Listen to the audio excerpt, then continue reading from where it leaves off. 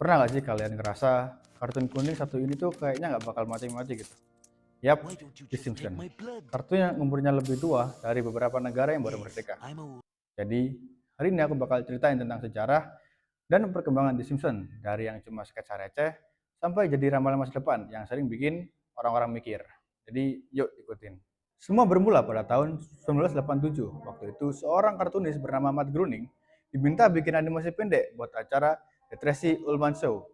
Matt yang lagi panik karena belum siap langsung nyoret-coret di kertas dan lahirlah keluarga kuning yang bernama Homer, Marge, Bart, Lisa, dan Maggie. Awalnya cuma tayangan pendek, 1 menitan. Gambarnya juga masih kayak digambar pakai mouse murah. Tapi entah kenapa orang-orang suka. Karena responnya yang bagus, akhirnya tahun 1989 kartu ini resmi jadi serial TV penuh di stasiun Fox dan disitulah semuanya meledak. The Simpsons itu nggak cuma hasil satu orang jenius. Ini kerjaan tim besar yang isinya kepala. Entah kenapa kompak semua. Pertama, ada Matt Groening, bapak dari The Simpsons itu sendiri. Dia yang nyiptain desain keluarga kuning absurd ini, tapi dia bukan sendirian. Ada juga James L. Brooks, produser senior yang sudah legend banget. Dia jagonya bikin cerita keluarga yang emosional, tapi tetap lucu. Nah, sentuhan Brooks ini yang bikin The Simpsons kadang bisa kocak, kadang bisa bikin mikir 2 hari. Dan jangan lupa sama Sam Simon, orang yang sering dibilang arsitek asli The Simpsons.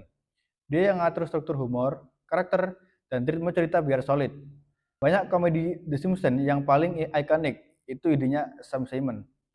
Terus ada para sutradara episode kayak David Silverman, Wes Archer, dan Rich Moore.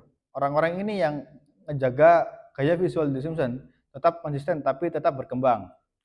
Silverman itu adalah orang yang paling sering bikin Homer meledak-ledak, literal dan metaforis.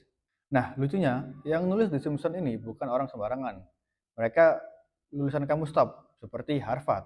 Jadi, bayangin, anak-anak jenius yang biasanya kerja di lembaga riset, malah nulis adegan Homer kejedot pintu berkali-kali.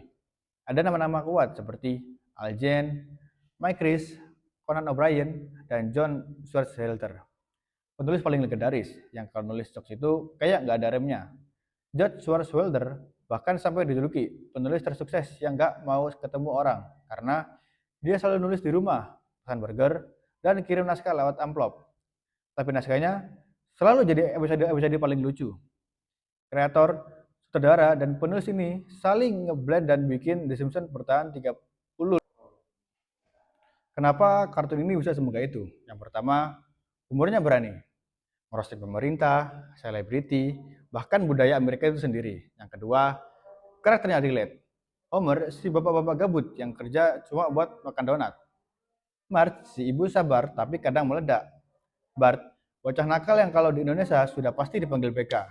Lisa, yang selalu jadi anak pintar tapi jarang didengerin.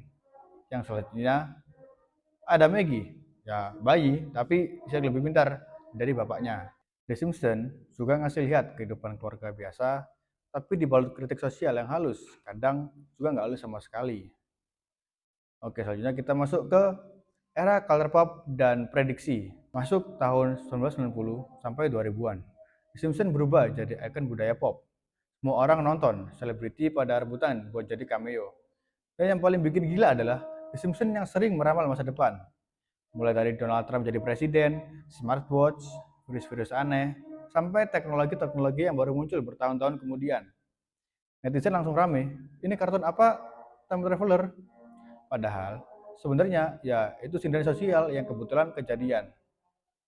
Tapi enaknya internet, semuanya dikasih bumbu biar heboh. Simpsons sudah lebih dari 750 episode dan masuk musim ke-30 sekian. Bayangin, kartun lain udah tamat, reinkarnasi, mati lagi. Simpsons masih lanjut. Animasi sekarang jauh lebih rapi, warnanya lebih satset, dan ceritanya juga makin update sama keadaan dunia modern. Walaupun banyak fans yang bilang, era lamanya lebih lucu, tapi The Simpsons tetap jadi salah satu karya budaya paling berpengaruh sepanjang masa.